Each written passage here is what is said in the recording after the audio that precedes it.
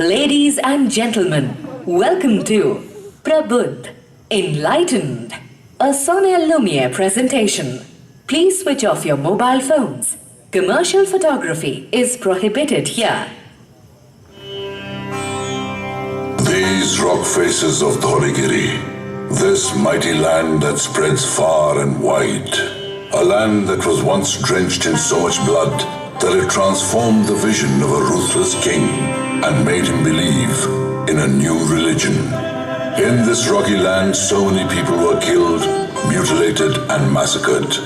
So much violence was inflicted that even its perpetrators were revolted. But in the midst of such brutality, humanity slowly started to flower. Despite the violence, flowers of non-violence began to blossom, rising above mountain cliffs, dark forests, raging rivers and oceans to spread themselves beyond these borders.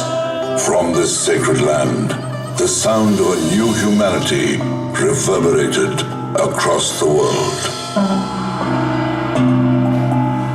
All human beings are my children. What do I want for my children? I want their well-being, their happiness.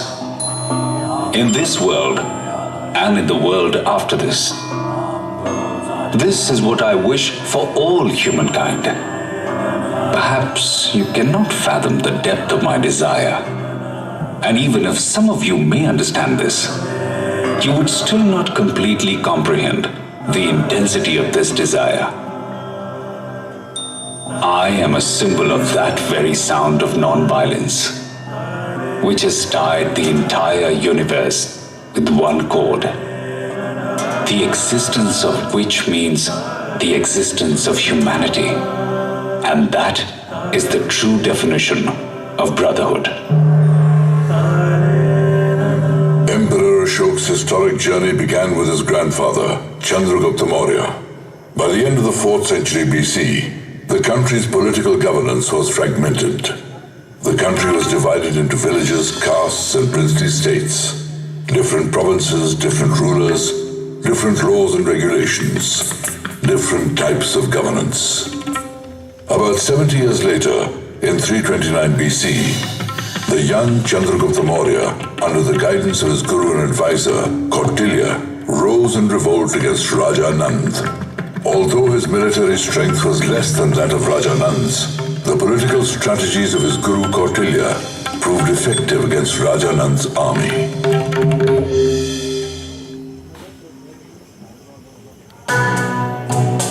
Listen, Chandragupta.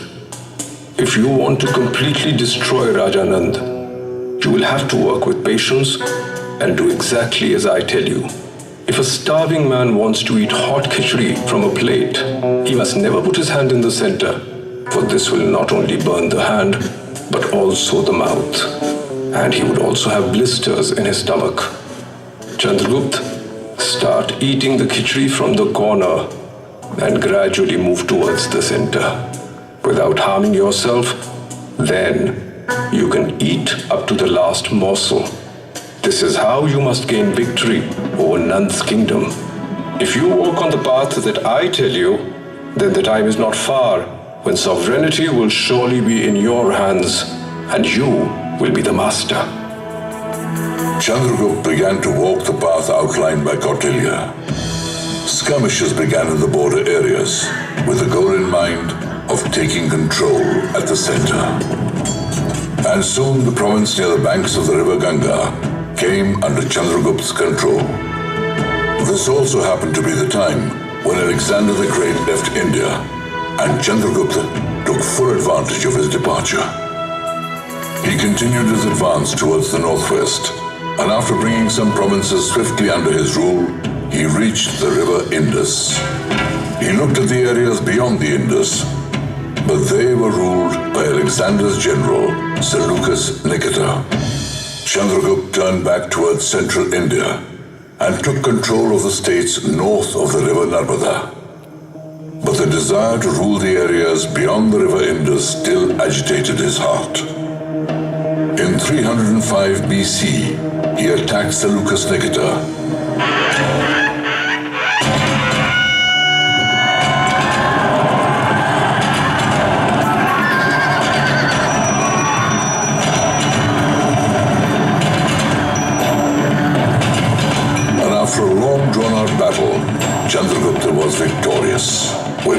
Seleucus, he controlled vast lands of the Sindhu, from Bengal to the Hindu Kush, from the Himalayas to the river Narmada.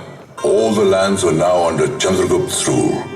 A new age, a new ruler had sprung from the seed of a small plant. A kingdom had morphed into an empire, and the vast Mauryan Empire was established. It is said that towards the end of his life, Chandragupta Maurya became a Jain monk. He bequeathed his empire to his son, Bindusar, and left with Jain munis towards the south. He followed the Jain rites of anahara, or fasting, to end his life.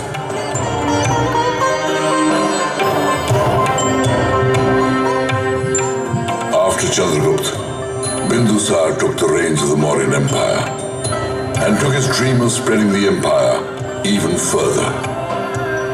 He attacked the south and extended the Mauryan Empire up to Mysore. He conquered all the lands between the Bay of Bengal and the Arabian Sea and brought them under Mauryan rule. The chariot flag of the victorious Mauryan Empire flew over a vast Indian landmass. Most of the subcontinent had come under Mauryan rule, but one key territory remained outside his control. It was the eastern state of Kalinga. Kalinga, independent and unconquered. It had not allowed the formidable Mauryan chariots to cross its borders.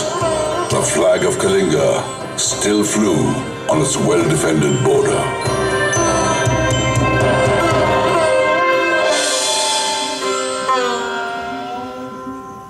One of Bindusar's many wives was called Dharma. From her womb, the future Emperor Ashoka was born. It is said that Lord Buddha prophesied the birth of Ashoka. Such a king will be born on this land, who will be victorious and will hold the flag of Dharma and spread the views of Dharma far beyond these oceans. So Ashoka's birth had been long awaited. The youngest among many brothers, Ashoka was extremely intelligent. He understood the teachings of his gurus quickly and showed prowess in the use of weapons. How to protect oneself from the enemy's attack, how to put the enemy at the end of one's sword. He had already mastered all this in his childhood. Practicing the art of warfare, he often defeated Susim, his elder brother.